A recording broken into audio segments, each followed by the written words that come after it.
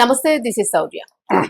Indian Oil ship ని America పేల్ చేసింది. దీనిలోనే ఇండియాకి సంబంధించి ముగ్గురు వ్యక్తులు మరణించారు అని. సో దీనిలోని విశాఖపట్నానికి సంబంధించి ఒక వ్యక్తి కూడా ఉన్నారు. అయితే గతంలో మనం చూసుకున్నా అంటే ఇరాన్ నుంచి విశాఖ తీరం నుంచి ఇరాన్ షిప్ వెళ్తున్నప్పుడు దాని మీద కూడా అటాక్ చేశారు. సో అసలు ఇండియాని ఎందుకు ట్రంప్ టార్గెట్ చేస్తూ ఉన్నాడు అంటే మచ్చిక చేసుకుంటూనే మరో పక్క గొయ్యిదవుతున్నాడు అనేది.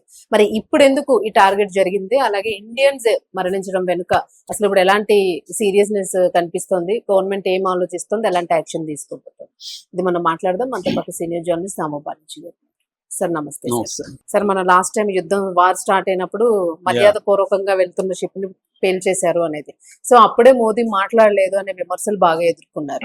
ఈ రోజు డైరెక్ట్ గా ఇండియన్ ఆయిల్ షిప్ నే బ్లాస్ట్ చేయడం జరిగింది. సో దానిలో ఇండియన్స్ కూడా ఉన్నారు మరణించిన వాళ్ళు. సో ఇప్పుడు మోదీ ఎలాంటి యాక్షన్ తీసుకుంటారని మనం అనుకోవచ్చు?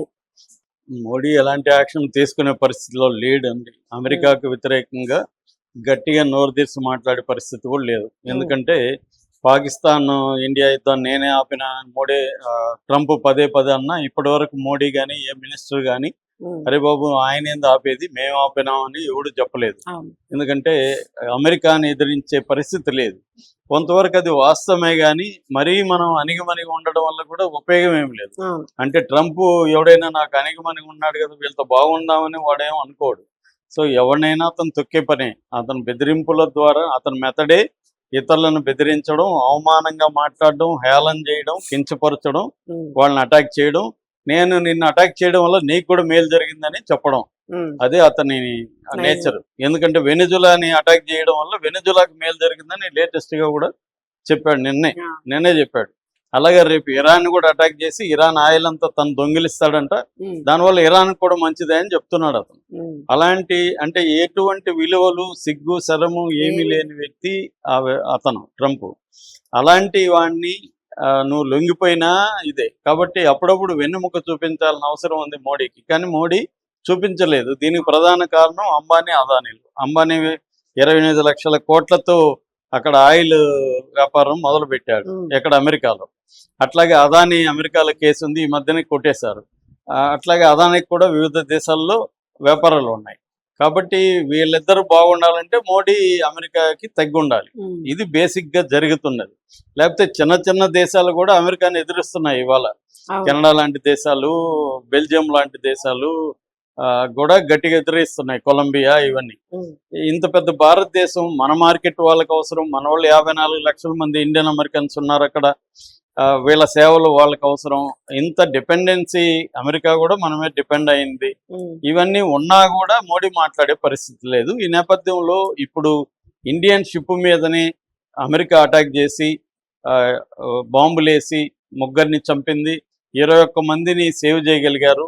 మొత్తం 24 మంది ఉన్నారు షిప్ లో. అసలు ఈ షిప్ ఏంటి, అమెరికా ఎందుకు అటాక్ చేసింది, దాని తర్వాత ఇండియా రియాక్షన్ ఏంటి, దీని వెనకున్న కారణాలు ఏంటి అనేది మనం చూద్దాం. మామూలుగానే వరల్డ్ షిప్పింగ్ లో ఇండియన్స్ ఎక్కువ పనిచేస్తుంటారు.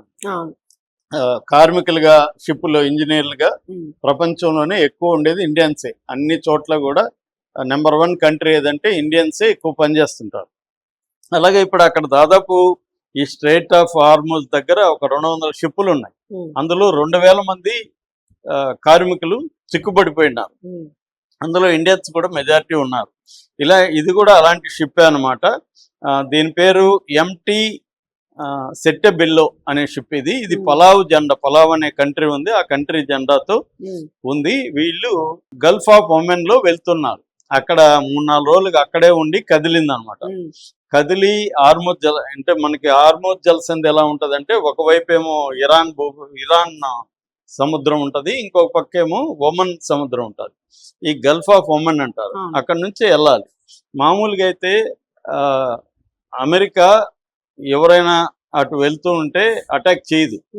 ఎందుకంటే దానికి హార్మూజ్ జలసంధి నుంచి వెళ్లే వాళ్ళే కావాలి, వెళ్తూ ఉండాలి. అప్పుడు ప్రపంచవ్యాప్తంగా ఆయిల్ రేట్లు పెరగకుండా ఉంటాయి. కానీ దీన్ని ఎందుకు అటాక్ చేశారంటే ఈ షిప్ ఇండియాకి రావట్లేదండి. ఈ షిప్ లో పనిచేసే వాళ్ళు ఇండియన్స్ తప్ప ఈ షిప్ ఇండియాది కాదు. ఆ షిప్ కు వస్తున్న ఆయిల్ ఇండియాకి రావట్లేదు. ఇది ఇరాన్ నుంచి ఆయిల్ తీసుకొని చైనాకి వెళ్తుంది. సో వీళ్ళు బ్లాకేడ్ విధించారు అమెరికా. అక్కడ బ్లాకేడ్ అంటే అర్థం ఏంటి? ఇరాన్ నుంచి బయటికి షిప్ కానీ బయట నుంచి ఇరాన్లోకి షిప్ కానీ పోనీయకుండా బ్లాకేడ్ విధించారు. సో ఎవరైనా అలాగ పోతుంటే వాళ్ళని హెచ్చరించడం, వాళ్ళని అదుపులోకి తీసుకోవడం చెయ్యాలి. అది చేయకుండా అటాక్ చేశారు. మామూలుగా అయితే ఈ షిప్ను అదుపులోకి తీసుకోవచ్చు వాళ్ళు, కానీ అదుపులోకి తీసుకోకుండా భయపెట్టడానికి కోసమే, అంటే మేము బ్లాకేడ్ విధించినా మీరు వెళ్తున్నారు కాబట్టి మా మా మమ్మల్ని ధిక్కరిస్తున్నట్టు కాబట్టి మేము మా ప్రతాపం మీకు చూపిస్తామన్న పద్ధతిలో అటాక్ చేశారు.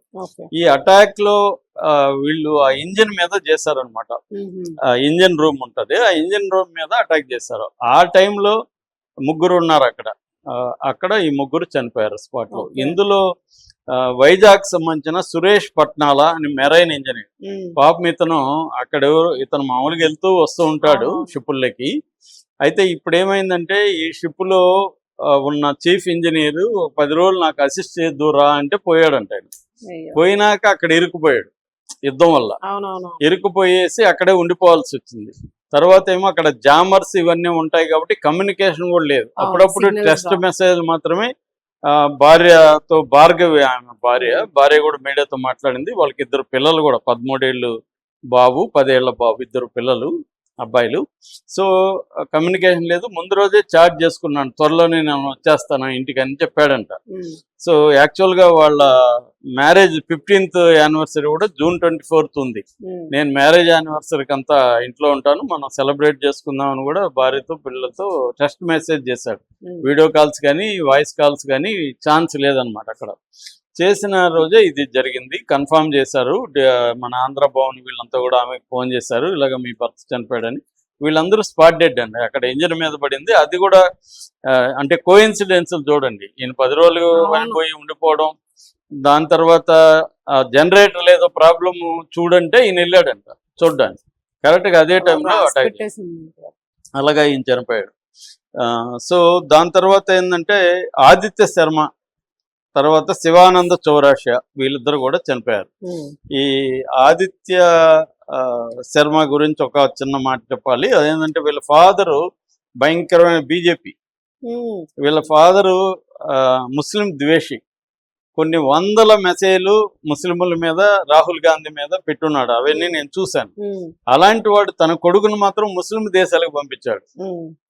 అంటే ఎట్లా వీళ్ళు ఇక్కడ ముస్లింల ద్వేషాన్ని క్రియేట్ చేస్తూ వాళ్ళ పర్సనల్, చాలా మంది ఇప్పుడు కవ్వు మాంసం వాళ్ళే, ఆవు మాంస ఎగుమతిదారులుగా వాళ్ళే ఉంటారు. కంపెనీలో పార్ట్నర్లు ఉంటారు. ఇక్కడేమో ఆవుని వధించకూడదు అని చెప్పి ఇక్కడ రచ్చ చేస్తుంటారు. అట్లాగే ఇక్కడేమో ముస్లింలకి యాంటీగా 100 మెసేజ్లు 100 పోస్టులు పెడుతూ కొడుకును మాత్రం ముస్లిం దేశాలకు పంపించి ఆ సంపాదనతో ఇక్కడ పోస్టులు పెడుతున్నాడు. సో ఇప్పుడు ఆ అబ్బాయి కూడా పాపం చనిపోయాడు. సో అది అట్లాగే శివానంద్ చౌరాసియా వీళ్ళు ముగ్గురు చనిపోయారు. దీనికి మోడీ గవర్నమెంట్ పెద్దగా గట్టిగా ఖండించే పరిస్థితి లేదు. ఓన్లీ తూతు మంత్రం అంటారు కదా, మామూలుగా డిప్లొమాటిక్ ఇది అంటారు. దాంతో ఇక్కడ ఢిల్లీలో ఉండే యుఎస్ డిప్లొమాట్ ఆయన పిలిపించి కన్సర్న్ తెలియజేశారు. అదే ఒక స్టేట్మెంట్ అంతే. అంటే మేము వీఆర్ కన్సర్న్డ్, బాధపడుతున్నాము అని తెలియజేశారు తప్ప అంతకంటే ఏమి దీన్ని ఖండించలేదు. ఎందుకంటే ఇది ఇండియన్స్ ఉన్నప్పుడు మనుషులను చంపాల్సిన అవసరం ఉంది. షిప్ వెళ్తుంది, అది వాళ్ళు తప్పేముంది, వాళ్ళు పనిచేసేవాళ్ళు, వాళ్ళని చంపడం అనేది ఎలా కరెక్ట్? అంటే అమెరికా ఏ రకమైన యుద్ధ సూత్రాలని పాటించదు ఎక్కడా కూడా. వాళ్ళు ఎప్పుడు ఏ యుద్ధ సూత్రాలని ఎవరు పాటించరు. నీతులు చెప్తుంటారు కానీ వాళ్ళకి ఏ నీతులు ఉండవు. ఎవరినైనా చంపగలరు. పిల్లల్ని ఫస్ట్ రోజే 128 మంది పిల్లల్ని చంపిన వ్యక్తి ట్రంప్. అలాంటి వాడితో ఇంకా మాటలే ఉంటది, ఎవరైనా చేస్తారు. సో ఇండియా గట్టిగా ఖండించి ఉండాలి ఖచ్చితంగా, కానీ ఖండించాలి. వాళ్ళ షిప్ మన కోసం వచ్చి వెళ్తున్నప్పుడే ఖండించి ఉండాలి. అప్పుడు కూడా ఖండించలేదు.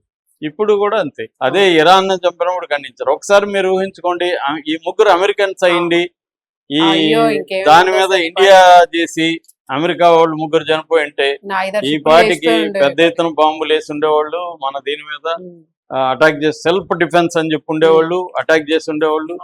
పెద్ద ప్రపంచవ్యాప్తంగా గగ్గోలయ్యండి. కానీ వేరే వాళ్ళ ప్రాణాలు అమెరికన్స్ కి అసలు ప్రాణాలే కావు. అమెరికన్ ప్రాణాలు మాత్రమే ప్రాణాలు అన్నమాట. సో ఇండియా కూడా గట్టిగా ఖండించే పరిస్థితిలో లేదు, ఉమ్. ఆల్రెడీ సరెండర్ అయిపోయింది కాబట్టి అది ఎక్స్పెక్టెడ్ అన్నమాట. అవును, ఇంకా దానికి ఏదో అప్రమత్తంగా ఉండాలనే ఛాన్స్ కూడా లేదు అక్కడ. ఎప్పుడేం అక్కడ ఏం జరుగుతుందో లేదు, అక్కడ తెలియట్లేదు. ఎప్పుడన్నా ఏమన్నా జరగదు. అవును, right. Thank you sir. Thank you.